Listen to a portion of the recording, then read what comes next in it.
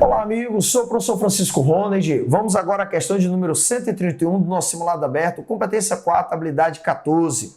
A questão diz o seguinte: os insetos vivem em rachaduras ou fendas de barro ou em choupanas com telhados de sapê. Os agentes infecciosos que crescem no intestino do inseto são transmitidos se ele defecar enquanto se alimenta. O ser humano ou o animal picado geralmente esfrega as fezes no ferimento ou abrasões da pele ao coçar, ou dentro do olho ao esfregá-lo. Ao entrar em contato com o corpo humano, o parasita se reproduz assexuadamente e provoca uma grave infecção cardiovascular.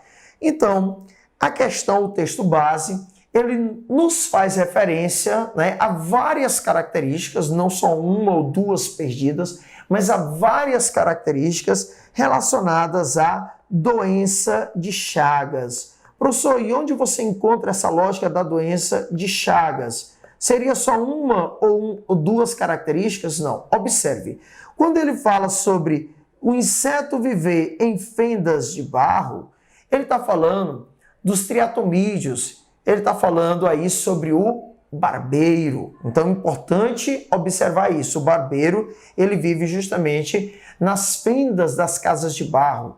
Então uma casa de alvenaria, uma casa de tijolo, acaba evitando a presença desse tipo de inseto. Isso se ela estiver rebocada, claro, porque se ela tiver fendas, a parede é de tijolo, mas ela tem fendas ali que permitem o inseto se esconder, ainda continua o risco.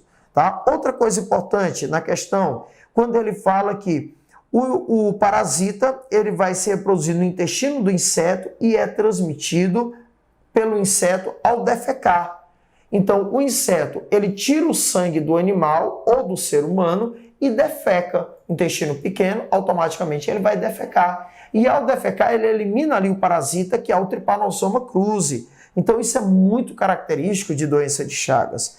Continuando a questão, ele fala sobre a ideia de esfregar as fezes no ferimento, que é a forma como ocorre principalmente essa transmissão. Tudo bem, também pode ocorrer ao esfregar o olho, mas a lógica seria basicamente esfregando ali o ferimento, as fezes, espalhando as fezes, então o parasita tem acesso ao ferimento e cai na corrente sanguínea. E para completar, ele ainda faz referência a uma grave doença cardiovascular. Então observe que não é uma ou duas características, você tem várias características que apontam para a doença de Chagas. Então a infecção descrita é causada por doença de Chagas, é o Trypanosoma cruzi, é um protozoário causando o mal de Chagas. Alternativa certa, letra A, na questão de número 131.